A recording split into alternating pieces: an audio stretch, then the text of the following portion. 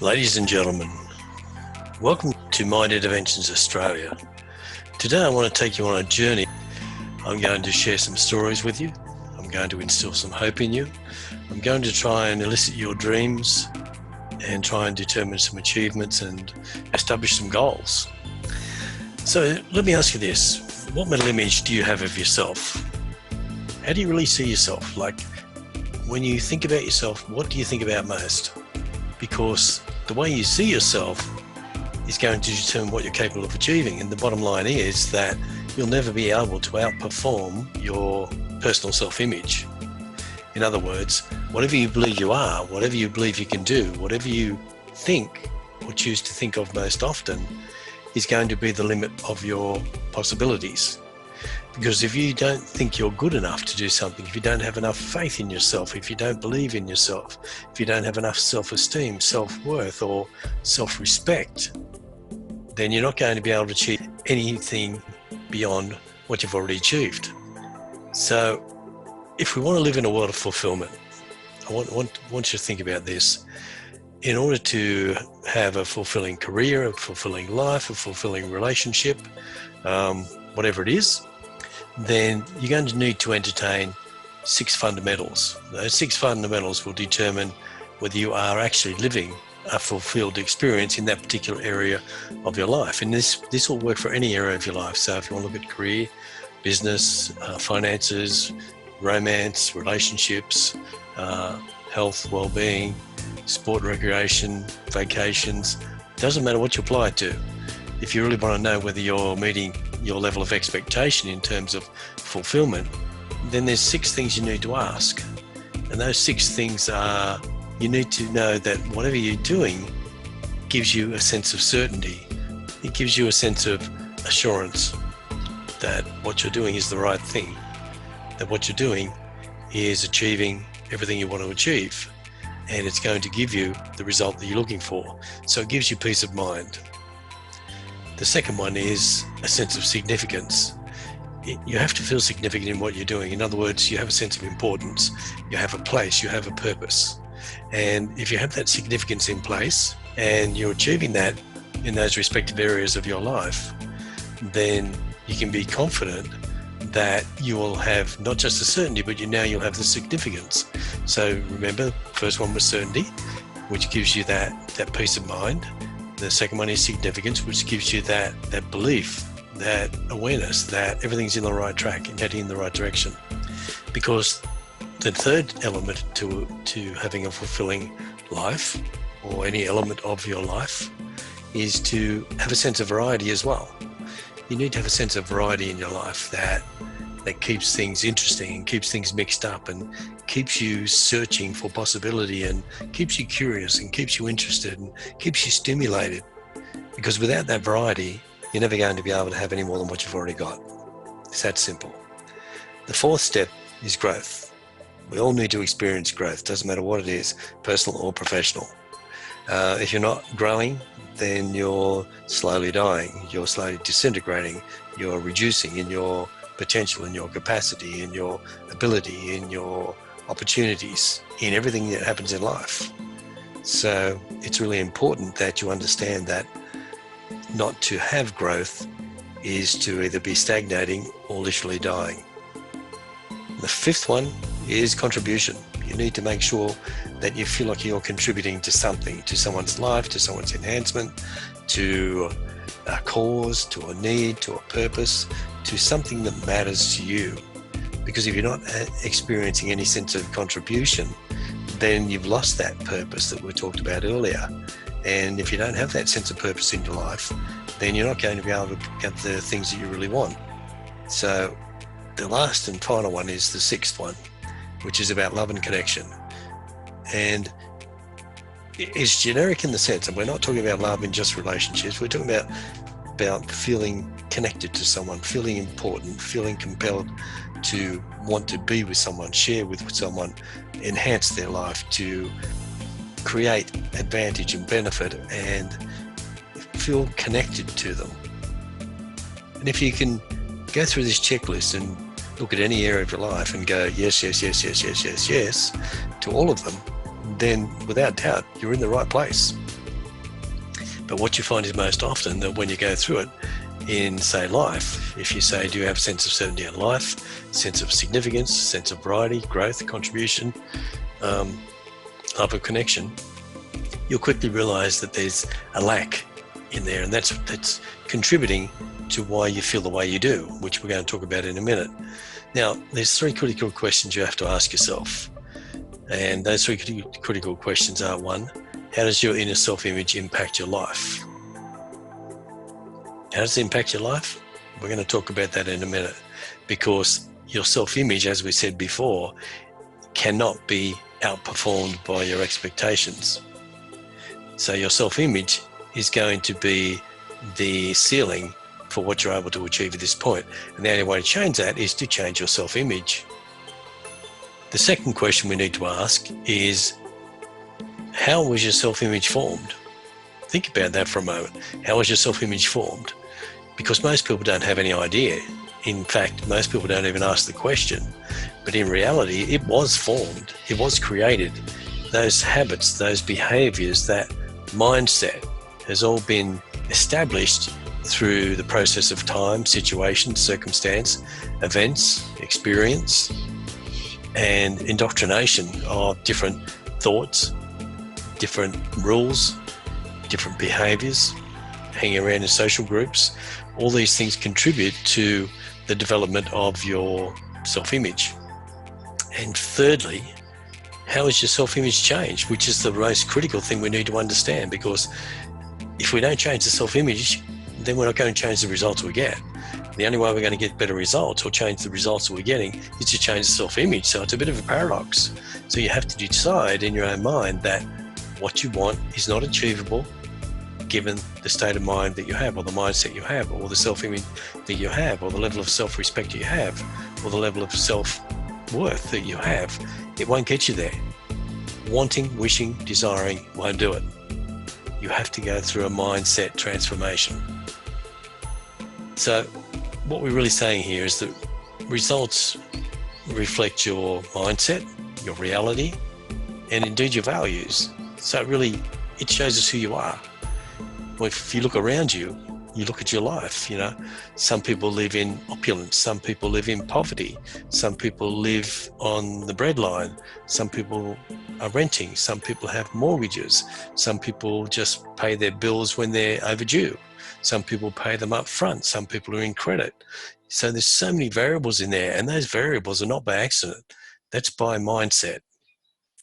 That's by altering your perspective on life. And that's what this program will teach you. In order to do that, we have to look at a few things. We have to be aware that we function on frequencies. And what we mean by that, we have a resonance within us. We have a resonance that allows us to calibrate our circumstances, our situation, and certainly the way we feel about certain things. And that situation will be what causes us to change our feelings about things, to do things we wouldn't normally do, or to achieve things that we didn't think we could achieve, conversely. So you need to be aware that with this frequency, if you're not on the right frequency, if you're trying to achieve something at this level, this frequency, and you're resonating at this level, you're never going to get there. You've got to be able to raise this level to this level to be able to achieve what you want. The only way to do that is to alter your mindset, alter your understanding, alter your perspective.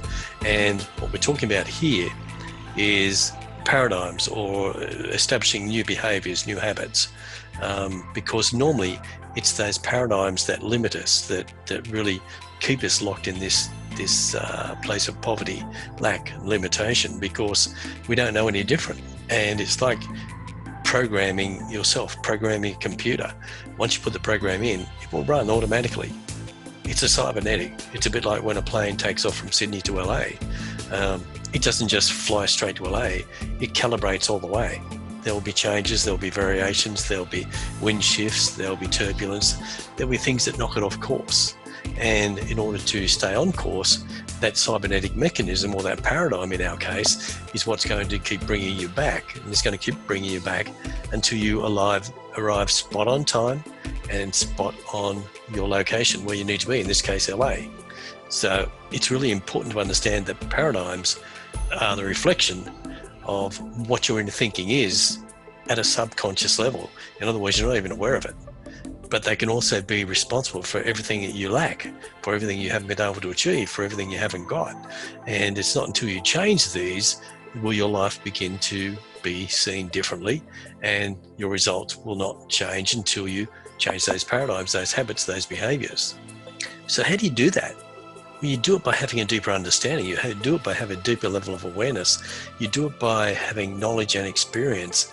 And if you haven't had anything other than what you've already got, then trying to achieve something that you've never had is going to be very difficult because you have no references for it. So you have to start aligning your thinking with the expectation you have. Now, I'm sure there's been a time in your life when you wanted a car, you didn't know what car, and then finally you decided, yeah, I'll have that type of car. And ultimately you got it, you achieved it, because that's what you wanted, because the need was strong enough. You had enough emotional connection and attachment to that. And then you decided you'd go looking for that vehicle, you found the vehicle and you went, yeah, I like that one. And you ended up acquiring it, you ended up owning it. And that's because you got connected with it. That's because you started to focus your energy and attention on it. That's the sort of energy we need to have you realize in order to manifest a new state of mind, a new self-worth, a new self-image. So I just want to quickly explain the stick person to you. So we're going to look at this in a very fundamental sense. We're going to split the head in two. And we're going to show at the top level the conscious mind. So everything's coming in at this level. We're going to put the line through here, and we're going to have this lower level represent the subconscious mind. And what we want you to do is understand that the conscious mind is the thinking mind, it's the intellectual mind, whereas the subconscious mind is the emotional mind. And it is very subjective. In other words, whatever you tell it to do, it will behave. It's a bit like the parent versus the child. And you have total control over that.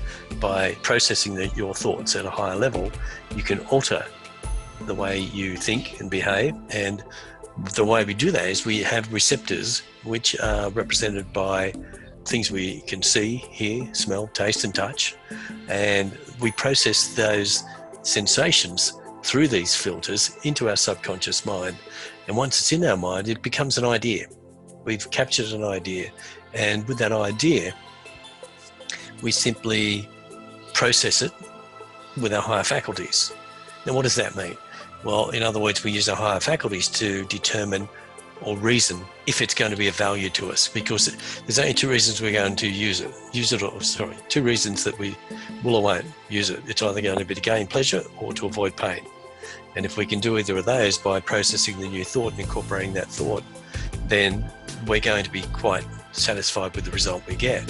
So when we come in, as we said, we process it with our see, hear, smell, taste, and touch with our filters, and then we process it with our higher faculty. And when we do that, we use our will, our perception, our imagination, our memory, our intuition, and indeed our reasoning to determine what it is we want, if this is going to be of value to us, if it's going to give us pain or if it's going to give us pleasure. And more often than not, if it's going to give us pleasure, obviously we're going to hang on to that thought. We're going to process that thought more often, more frequently, and ultimately we impress that thought upon the subconscious mind, which causes it to become part of our natural thought process and ultimately becomes a habit. In other words, we find ourselves daydreaming and thinking about those things all day long. And it's interesting when you understand that concept, because you'll find that you're able to look at life differently and you can shift the perspective on just about anything. And it's the opportunity you get when you do that to change your thinking, to change your results, which is what it really boils down to. So that's the stick person explained in fundamental. We've looked at the conscious mind. We understand that it's the thinking mind, the educated mind, the intellectual mind. That's this upper level. It's processed through a set of filters, which is what we see, hear, smell, taste, and touch. And it's then evaluated using our higher faculties, which are our will, our perception, our imagination, memory, intuition, and reasoning. So progress through this, we soon see that the conscious mind also provides us with the opportunity of choice, because we can accept or reject anything that we have in our minds, anything. So just for the process of evaluation, as I said before, normally it will be kept if it's desired. In other words, it's going to give us pleasure, or it'll be kicked out or rejected if it's going to give us pain, because no one really wants to endure any pain. So that's what the evaluation is. Is it going to give us pain? And that's where we start thinking, well, if it's going to give us pain, we don't want it. And we use that through the process of reasoning, which is, again, the higher faculties, which is all happening in this higher level, in this upper level of our intellect. Because once we're satisfied that we have something that works for us, something we're happy with, then we just drop it into the subconscious mind. We let it go into a state of gestation, which means it's going to grow and mature and basically become embedded in your process of thinking. And that process of thinking is going to become your actions and ultimately revealed in your behavior.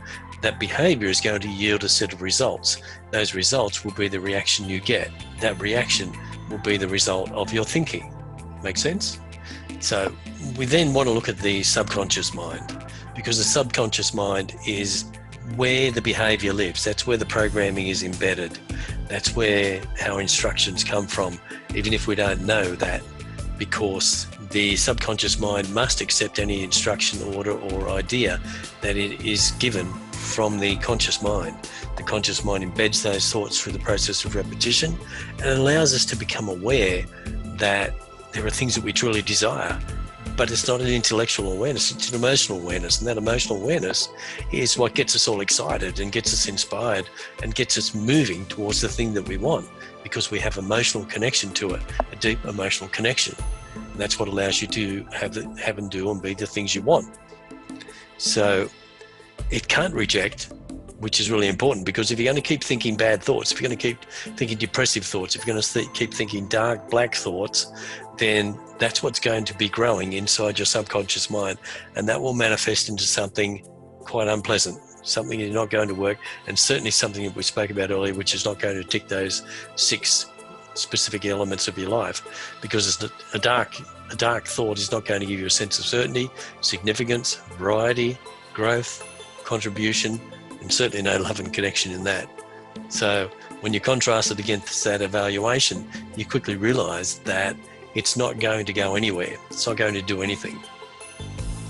So the subconscious mind is often referred to as the emotional mind, or the heart of the matter. So when you take things to heart, it's not really meaning taking to the physical heart, it's taking to the subconscious mind. Let it become part of you. Let it be processed through your intuition, through your thoughts, feelings, and that will ultimately become your actions, because you cannot determine or reason between what's real. The subconscious mind will never be able to tell the difference between what's real and what's not. It just believes that whatever it's being told by the parent or the conscious mind, that this is what's real, this is what has to happen. So this is how we start to manifest things we've never had. Might be a car, might be a boat, might be a house, something you've never had before. There was a point in your life where you never had any of those things, but there's a point progressively through life where you decide, I want this and I want that and I want to achieve this and I want to have that, and you actually go for it and you do everything you can to make it work, because you're persuading your subconscious mind to start believing that it's possible. And that's the key right there. You start believing that it's possible, then nothing's going to stop you. We're talking about results. We understand how the mind works. Now we want to understand about results, how our mind is programmed from day one. And what I mean by that is, from the minute you're born, your mind's being processed and evaluated with information that you have no idea about, none at all. You take a brand new baby born in the USA or Australia, wherever, take that baby to Hong Kong in China and raise it there, and it will be raised with a perfect dialect in Cantonese or Mandarin, Chinese, and it won't know any different, because that's how the mind gets programmed, through the process of repetition. And this is what you have to understand. In order to have what you want, you need to start reprogramming your mind, and the only way to do that is to keep reinforcing new thoughts on top of the old thoughts until the old thoughts lose their power, lose their strength, and dissipate and disappear. That's really how it works. But you have to keep the faith, you have to keep believing. So the results we're talking about are that you've been programmed from day one. So you're probably running programs that are very old, very antiquated, and in effect belonging to someone else because they would have taught you what they thought was right or what they believed was right. What I want you to understand is that they can be dispensed with, they can be replaced, they can be upgraded, they can be rejuvenated or simply gotten rid of completely to give you a better opportunity at life, to a better opportunity to achieve the things you want. Because the reason you won't be achieving the things you want is because you're locked into a set of beliefs that are holding you ransom. They're not allowing you to think beyond where you're already at. They're allowing you to stay stuck, disenchanted, disenfranchised, disappointed, depressed, and not even knowing why. And that's the interesting part. Our paradigms are formed by the process of repetition. And we have separate groups of them that live inside our subconscious mind. Because a paradigm basically is a group of habits that collectively combine to give you a specific behavior. So in order to behave in a particular way, then you have to think a particular way, and that particular thinking is designed around a set of habits. So in order to be a good race car driver, you've got a particular set of habits where you work each day, you drive hard each day, you check the car, you do your study, you get your rest. They're all habits that go together to create the ultimate outcome. Same with a pilot or whatever skill set you might have. It allows you to have that through the process of combining all these habits into one little nucleus, which combined is recognized as a paradigm. And the paradigm is simply a collection of habits that has almost exclusive control over your behavior. And the reason I say almost exclusive is because there are opportunities when trauma or an emotional intense moment can alter your perspective very quickly. In fact, instantly. Death would be one of them. But for the most part, the results that you get will be designed around the paradigms that you have and reinforced by the thinking that you perpetually give yourself, and the belief you have about yourself. We want to look at a quote from Robert Hylam, which says, in the absence of clearly defined goals, we tend to make a mess of things, and we are enslaved by our thinking, and we don't expect anything more than trivia, because our mind is not thinking beyond possibility, it's thinking to the ceiling of limitation. So you're not going to be able to have what you want because it's so used to resisting any growth, any development, any expansion, or anything similar. So to alter those results, we have to make sure that we engage the proper use of our higher faculties. And what that means is that when we do that, we engage our key higher faculties like reasoning and intuition. Memory is very important because we need to reflect on the past and learn from it. And we need to have a vivid imagination to enhance our creativity. And we need to be able to shift our perception. And we certainly need a will to drive ourselves and to keep us focused. And when you combine all those factors, those elements, then you'll be able to take control of your thinking. You'll be able to alter your perspective on life or the situation that you really want to work on most, and ultimately get a different result, different outcome. In saying that, we're initiating change, we're breaking down the paradigm, but how do we do that? Well, we've mentioned it already in the sense that we've said it's through the process of repetition. You have to design a whole new thought process. And whilst we don't have time to go into that right now, I can tell you that once you identify the things you don't want, then you simply need to eliminate the things you don't want. I know that sounds trite, it sounds fundamental, but that's really what it's about. In other words, give all your attention, all your energy, and all your inspiration, and all your perspiration to achieving the goal that you want, or goals. I would hope there would be multiple, because as you think about that, you'll keep reinforcing it by defining it, by writing it, by articulating it, by recording it, by listening back to it, by sharing it with someone who you trust and who will support your attempt to achieve this ultimate goal. Which brings us to the point where we're going to transition. We're transitioning out of the old into the new. This is all about change. So when we look at this, we've got to determine where you're at, because there's 4 levels, and those levels will be determined by your mindset and your desire and the amount of emotional connection you have to the dream that you want or the goal that you want. Because fundamentally, there are 4 stages of commitment we go through. And one of those is complacency, which most people are at, the majority of our population live in a place of complacency. In other words, accepting of what is, what will be, and they become tolerant of that. The next step is desire. You're starting to warm up to the idea at this point.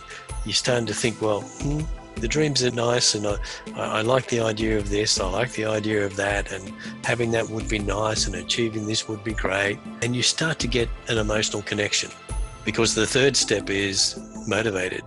This is when you start to think, I've got to start doing something here. You might get a book and start reading. You might sign up for a course or a seminar or a coaching program like this one. Or you simply might just go out and do it. Just take action. That's when you're motivated. But then there's a level 4, which takes it right to the level of being obsessed, when you will do whatever it takes to achieve the thing you want. Nothing will stop you, nothing will get in your way, and nothing will hold you back.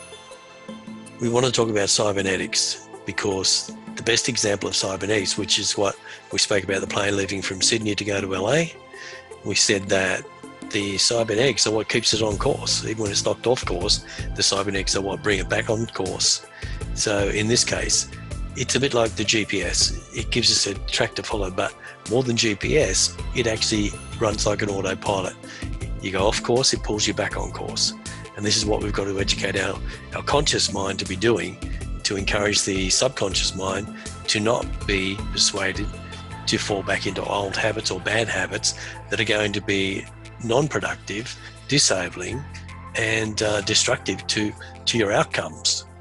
So self-image operates on a cybernetic mechanism, as we said. For example, we've used the plane, we've said that it leaves Sydney, go to LA, and it doesn't deviate, it doesn't change course. Self-image creates actions of the body. For example, a child's results at school will determine their self-image, because they're measuring their performance based on an exam result or a simple test result. And that result will be something that is reflected by a number. But it's not a true reflection of the individual. It's a reflection of a moment in time where they worked hard, studied hard, or not, to get a particular result, which was either going to be favourable or non-favourable, unfavourable.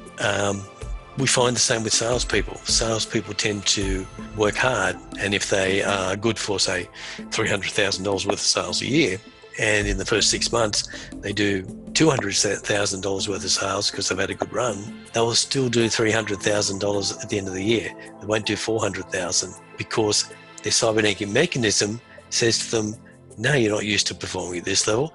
Pull it back a bit, control it, measure it, and manage it, and run it up to the finish line, back on 300K. It's so typical of the way most of us perform, and it's no different to losing weight. We want to release this weight, but we can't. We keep putting it back on. Why is that? Because we're running a paradigm in our head that's influencing our behavior, that's causing us to think in a particular way, which causes us to act in a particular way, causes us to behave in a particular way, and causes us to create results that we don't want.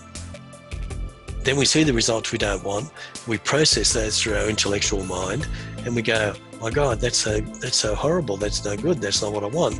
And you're reinforcing this into the subconscious mind, and you get stuck in this closed loop. You follow me? Because that's what I'm trying to say. Buckminster Fuller said that if it's not working, then you need to create a new model. Make the old model obsolete, because you can't achieve something new based on the information you've already got, based on the paradigms you already run. The paradigms is the self-image that controls the vibrational state you're in. So unless you change the paradigm, you won't change the vibration. If you don't change the vibration, then you can't move yourself to a higher level of awareness that makes you permissible or able to achieve the things you want. Growth can only come from change. That goes without saying. So fundamentally, you ask yourself why you're not achieving the things you want. It's because you haven't changed. It's because you're running these programs, these systems, these behaviors that have kept you locked into a typical behavior. And if you think about it, your life could be really stereotyped very quickly and very easily. And you would realize that it's not going to change anytime soon, because that's what you've wanted to do for the last 5, 10 years, whatever it is, you realize that no matter how much you wanted it, it hasn't changed. If it did change, it changed for a short time, then went back. This is what most people do. They change, they force the change. They don't change the paradigm, they just change the behavior. And they do that until they can't stand it anymore. Then they give up and go, it's too hard, and then come back to where they were at, which is their comfort zone. I want you to build a picture of the thing in your mind that you want most. I want you to just take a moment and just close your eyes and just think about something you really, really want, something that's really near and dear, and something that's been avoiding you, but you have no idea how to get it. I just want you to think about that for a moment. I'm just going to put some music on for you. I'm going to run that for a few minutes, and then I'll come back, and I just want you to elaborate on that thought with me. Okay.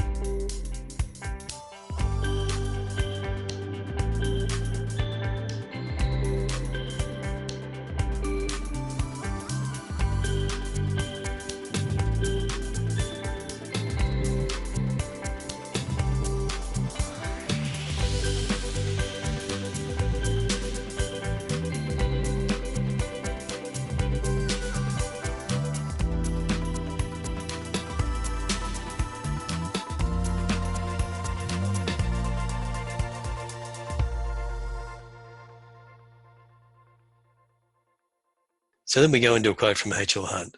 Decide what you want, decide what you're willing to exchange for it, establish your priorities and get to work. That's really what we're saying.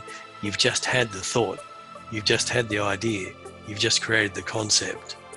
Now, let's go back to the stick person.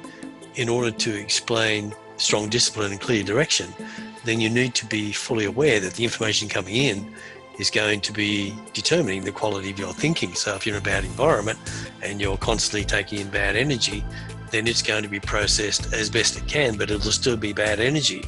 So you need to find a better place and a better way to get the information, whether it's through the internet, whether it's through books, whether it's through people, whether it's through social groups, whether it's networking, whatever it is, you need to find a better way to do it. And when you do that, you'll be able to achieve things that you never believed possible, because that's when the shift will take place. So as we look at this, we need to understand the information coming in is going to be indicative of the results that we get, because that's the quality of the thought that we're entertaining or indulging in. And that's what we're going to impress upon the subconscious mind. And that's what's ultimately going to give us the result that we want. Hopefully. There's no guarantee, but if we make it a concerted effort to do that, the chances are pretty good you'll get there or get very close to it. We've got to start living from the inside out, because most people live from the outside in. And what do I mean by that? I mean that when we live from the outside in, then we're allowing our environment, our circumstances, and our experiences to influence the way we think and feel. But when we shift that and live from the inside out, it means we can have that information come in and we can process it. And as we said earlier, we can accept or reject it. And if we reject it, it means it's not going to serve us. It's not going to facilitate growth and development within us. If we keep it, then it's got to have some sort of positive and empowering concept about it and feature about it that we can then impress upon our subconscious mind, which will then allow us to become aware and able to develop new paradigms or new habit. We need to take clear and decisive action, because if you don't do that, then you'll fall back into this complacency. Remember we spoke about 4 levels of commitment? Complacency was the bottom level. It's like where you just accept what you've got. You accept your lot in life, you tolerate it, you accept it, you don't expect anything more, you whinge, you gripe, you carry on, or maybe you just happily accept it as being, that's your lot in life. Because the point here is that if you don't want any more than what you've already got, then you don't need what I'm able to offer you. So I'm totally respectful of that. But what I do want to offer you is package 1. Then I'm going to introduce you to package 2. But then you've also got an option for package 3.